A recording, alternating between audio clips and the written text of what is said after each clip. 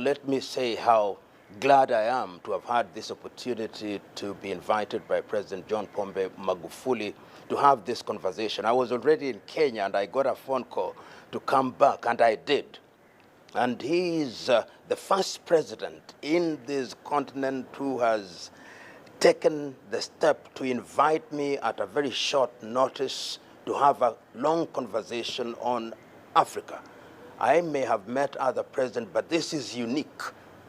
Unique in the sense that I've had the opportunity to have a conversation of nearly 1 hour with President John Pombe Magufuli, and what amazes me is the president's ability to explain in detail many of the things that have happened in the last 4 years in this 5th administration of the government of the United Republic of Tanzania.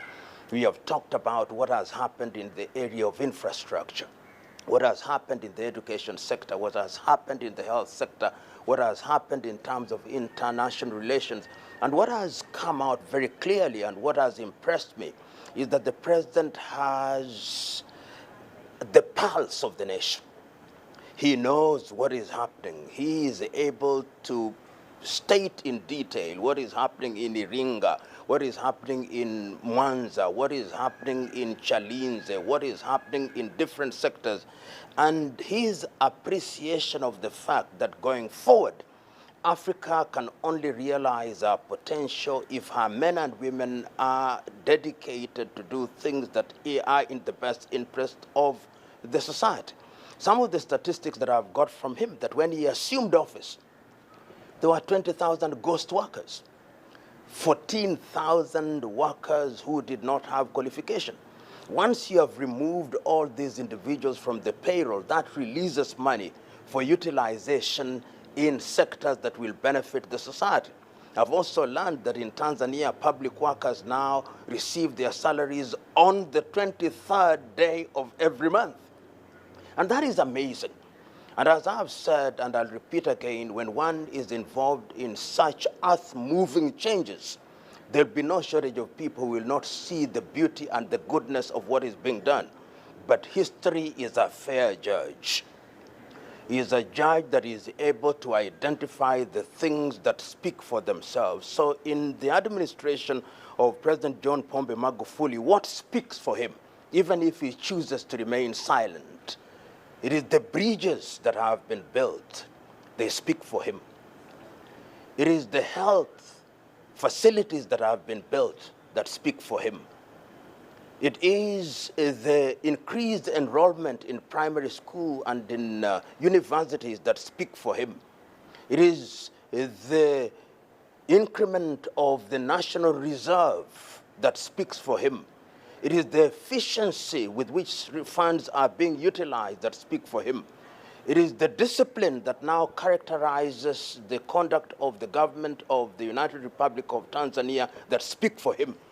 It is the railways that are being built that speak for him. It is the improvement in the mining sector that speak for him. These things, when they speak more eloquently than words. And I am certain that that is the direction in which we should move. And there is something to be said about that administration. Focus, dedication, vision.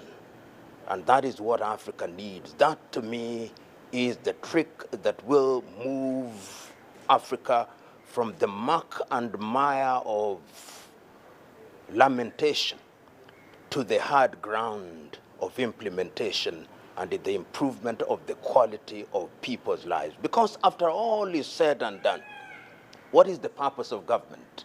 Purpose of government is to create an environment where people can realize their potential and to provide for them in the critical areas of health, education, and of course, to ensure that there is food and opportunities for young men and women. And I believe that President John Pombe Magufuli is thinking in that direction when he talks about the 4th Industrial Revolution, when he talks about robotics and internets and the use of technology and transfer of technology for the betterment of the people of Tanzania. I've had a beautiful conversation. I've had an enlightening conversation. And I hope that in their wisdom, the people of Tanzania will make a decision that is favorable to give President John Pombe Magufuli 5 more years. He has not asked me to be his campaigner. That is my own thought. If I was Tanzania, I would say, jaribu tena, ndugu rais. What is to magulify? To magulify, which we will not find in the English dictionary, but I hope it will find a place in the next issue of the dictionary, is to create an environment where resources are used efficiently, to create an environment where leadership is disciplined, and to serve one's country with dedication and in the spirit of patriotism. When you say and do that, then you have been magulified.